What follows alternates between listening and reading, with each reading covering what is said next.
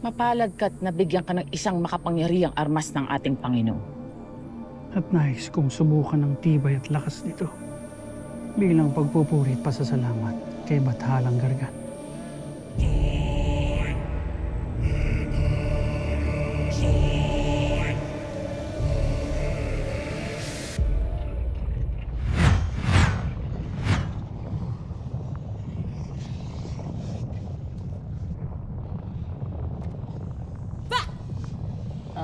Galing ha. Check ko lang kung ready kayo.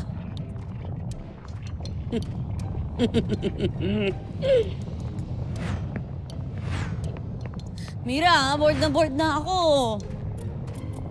Ano pa naman kasing ibalik nilang ni Nunong Imaw sa akin yung cellphone ko, di ba? Alam mo, feeling ko, meron siyang kayang gawing magic para mahawakan ko ulit yung cellphone ko eh. Ayaw lang niya! Eh di sana meron tayong source of entertainment dito, di ba? Nasa balaak pa naman tayo. Hindi ako malulubat dito. Sigurado akong malakas ang signal dito. Sayang. Nauunawaan ko ang nararamdaman mo, Lira. Nakaka-bore naman talaga, di ba? Aminin mo. Kasi ginagawa natin dito. Hintayin natin si Hagorn. Tingin mo ba magpapakita pa sa atin yung lolo mo? Nadaig kaya natin siya, takot lang niya. Kaya nga tayo dito tinalaga ni Ashti Alena dahil batid niya na kaya natin daigin si Hago. Kaya maaari ba, Lira? Tigilan mo na yung kakareklamo mo. Dahil bored na rin ako. Ikaw kuha mo na yung pananalita ako Ayos ba? Ang fairness, bigay ko sa'yo. Feeling ko konting banding pa natin, magkakapalit na tayo ng mukha.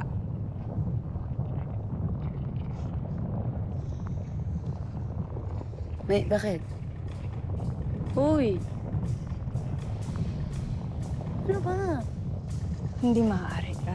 Ay, ang feeling! Biro lamang.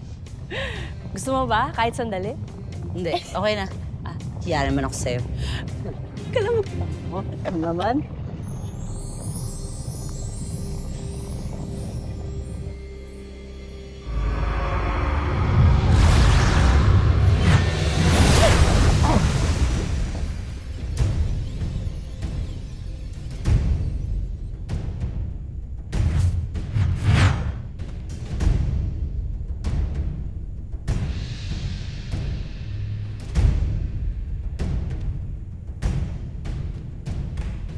Magpakita ka sa akin, sangre.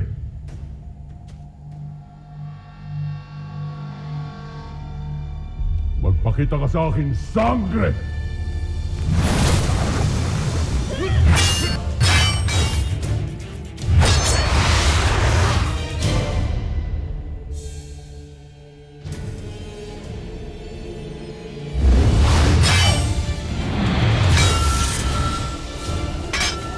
Sa palagay mo ba'y kaya mo akong palabanin, sangre?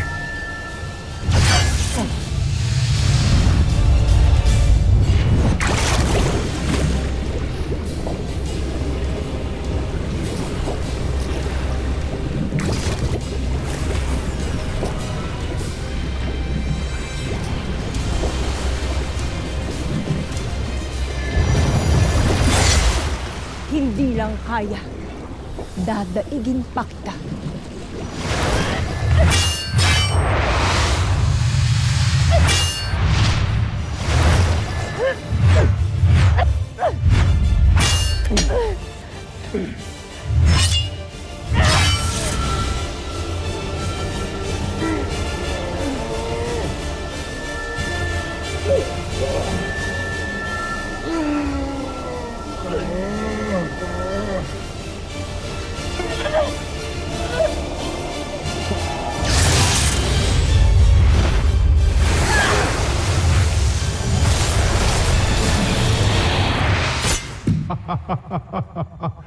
Baka kinakailangan mo na ng brilyante sangre upang daigin ako. Hindi ko kailangan ng brilyante upang tapusin ka.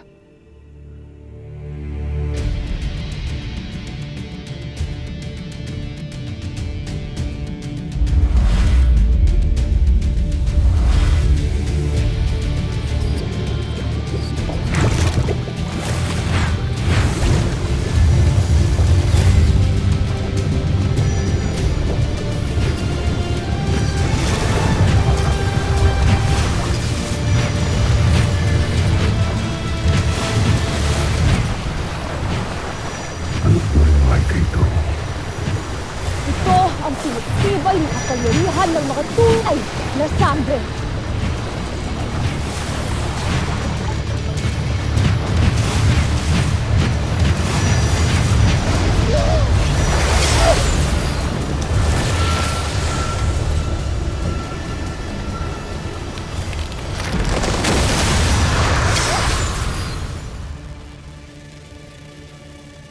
Tan na Krishna!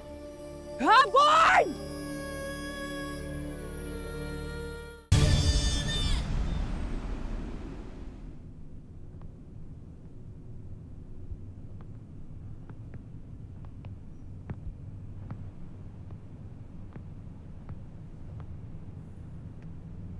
Hara Armea. Soldarius. Nakakapanatag ng loob na makitang magkasama kayong dalawa. Bagay na bagay kayong dalawa. Ang aming Hara at ang malapit ng maging Rama. Mga mahal na konseho. Ano't narito kayo? Upang ipaalala lang sa aming kamahalan na mamayang gabi na ang huling sandali ng pagpapasya. Hindi mo kailangan ipaalala. Alam ko ang aking tungkulin. Mahal na konseho. Aasahan namin yan. Mahal na Hara.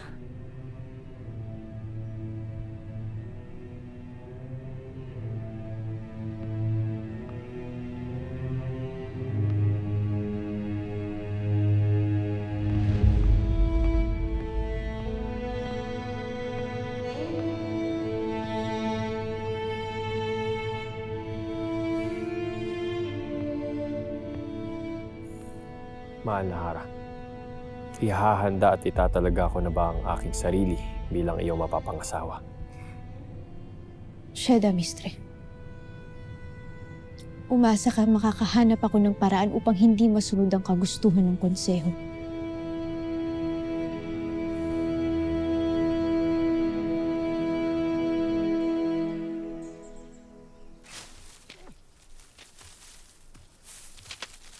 Mukhang nakahuli siya ng pasneya.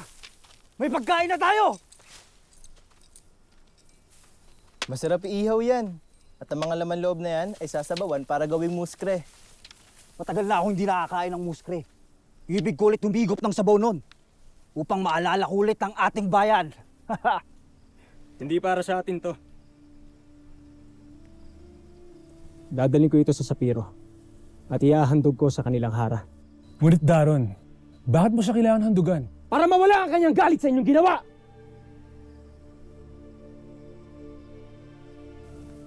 At kung tutol kayong lahat sa aking pasya, bakit hindi kayo maghanap ng sarili ninyong pasneya?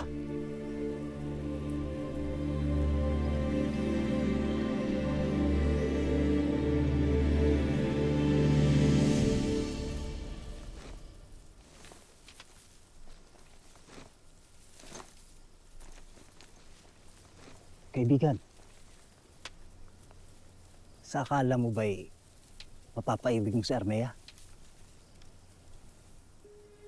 Anong ibig mong sabihin? Daron, ibig ko lang tumungtong ka sa lupa. Anak si Armea ni Alena, ang Hara ng Lireo. Paano maabot ang isang tulad niya? Hindi ko iniisip na mapapasakin siya. Ang gusto ko lamang ay mawala ang kanyang galit sa kanyang puso.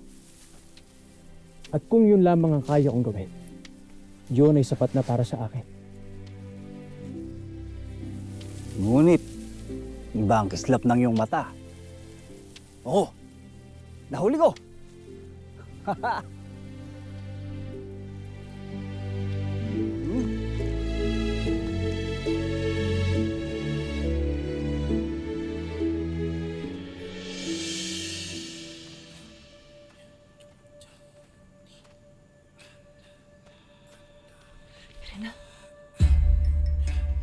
Alena, anong nangyari? Saan ka nagtungo, Pirena?